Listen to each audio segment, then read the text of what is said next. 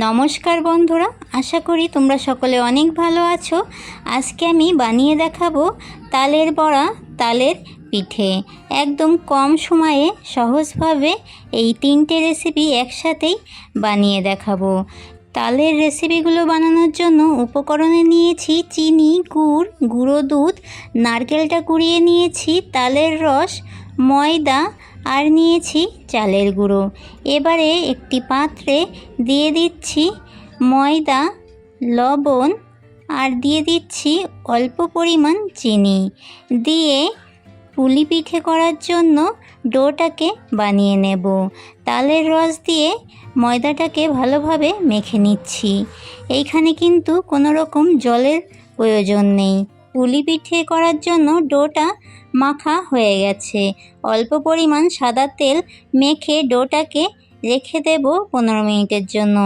এই দিকে আবারও দিয়ে দিলাম তালের রস, চালের গুঁড়ো, গুঁড়ো দুধ আর দিয়ে দিচ্ছি নারকেল কোড়া। নারকেল কোড়া দিয়ে এবারে দিয়ে দিচ্ছি স্বাদ মতো লবণ, গুড় আর দিয়ে দেব 1 চামচ মতো চিনি। এই মালপোয়া কিংবা পোয়া পিঠে যেটাই বলে থাকো, এই রেসিপিটি বানানোর জন্য আমি কিন্তু গুড়টাই বেশি ব্যবহার করলাম, চিনিটা মাত্র 1 চামচ দিলাম। এবার ব্যাটারটাকে ভালোভাবে গুলিয়ে নেব। ব্যাটারটা বেশি একটা পাতলা করা যাবে না, একটু গাঢ় করেই ব্যাটারটা তৈরি করতে হবে। এই দিকে তালের বড়াগুলো করার জন্য তালের রসে দিয়ে দিলাম ময়দা, চালের গুঁড়ো, সুজি, অল্প পরিমাণ লবণ আর দিয়ে দিচ্ছি চিনি। সব উপকরণগুলো ভালোভাবে মিশিয়ে নেব। এবারে দিয়ে দেব অল্প পরিমাণ নারকেল কোড়া। এই নারকেল কোড়াটা তোমরা চাইলে দিতেও পারো, আবার নাও দিতে পারো। নারকেল কোড়াটা দিলে তালের বড়াটা খেতে আরও অনেক ভালো লাগে। তালের বড়া করার জন্য ব্যাটারটা গোলানো হয়ে গেছে। এই রকম ব্যাটারটা করতে হবে। সব কিছু তৈরি করে নিয়েছি, এবারে ভেজে নেব।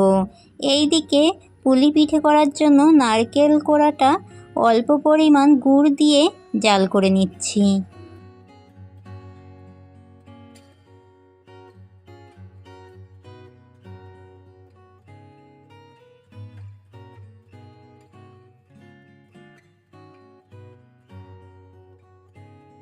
পুলি পিঠের জন্য নারকেলের পুরটা হয়ে গেছে, নামিয়ে নেব।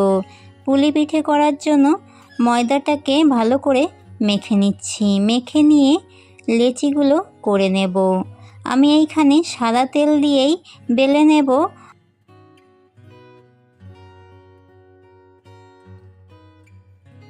বেলুন চাকিতে সাদা তেল মাখিয়ে নিচ্ছি, বেলার সময় যাতে ছিঁড়ে না যায়। এবারে বেলে নিচ্ছি।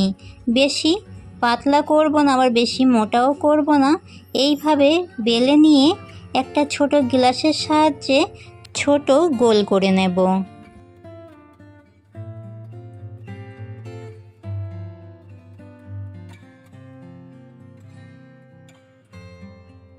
দুটো লেচিকে একসাথে করে নিয়ে আবারও বেলে নেব।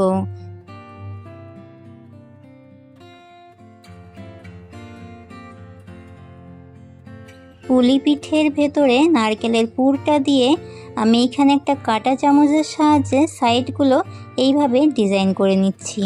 আরও অনেক রকম ডিজাইন করা যায়, কিন্তু আমি এইখানে তেল দিয়ে বেলেছি বলে ডিজাইনগুলো ভালো একটা হলো না। আমি এইখানে কড়াইতে দিয়ে দিচ্ছি সাদা তেল। একটুখানি ময়দা দিয়ে দেখে নিচ্ছি তেলটা পুলি পিঠে ভাজার জন্য রেডি হয়েছে নাকি। এবারে পুলি পিঠেগুলো ভেজে নিচ্ছি।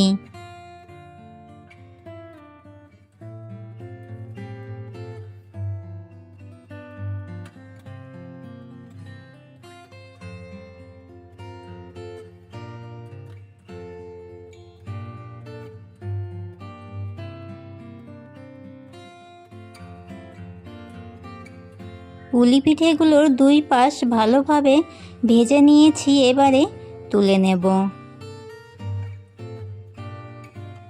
এবারে ভেজে নিচ্ছি মালপোয়া।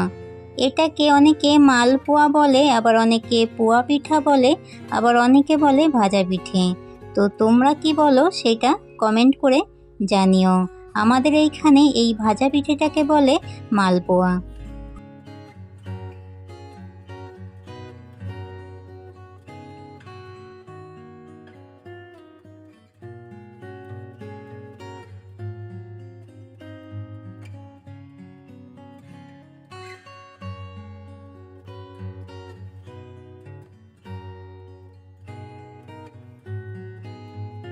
মালপোয়াগুলোর দুই পাশ ভালোভাবে ভেজে নিয়ে তুলে নিচ্ছি। এবারে ভেজে নেব তালের বড়াগুলো।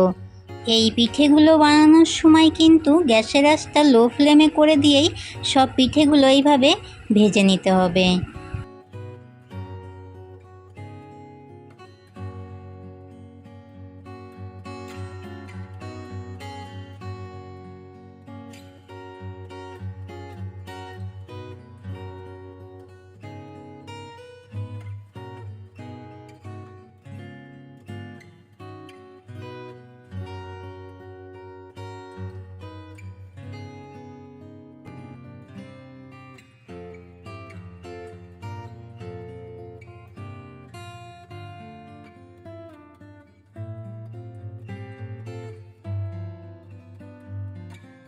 তালের বড়াগুলোর দুই পাশ ভালোভাবে ভেজে নিয়ে এবারে তুলে নিচ্ছি।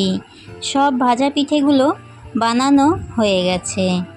আমার এই রেসিপিগুলো তোমাদের কাছে ভালো লাগলে একটি লাইক, কমেন্ট, শেয়ার করে দেওয়ার অনুরোধ রইল। আবারও দেখা হবে নতুন একটি রেসিপির সাথে আগামী দিন সকাল 10টায়।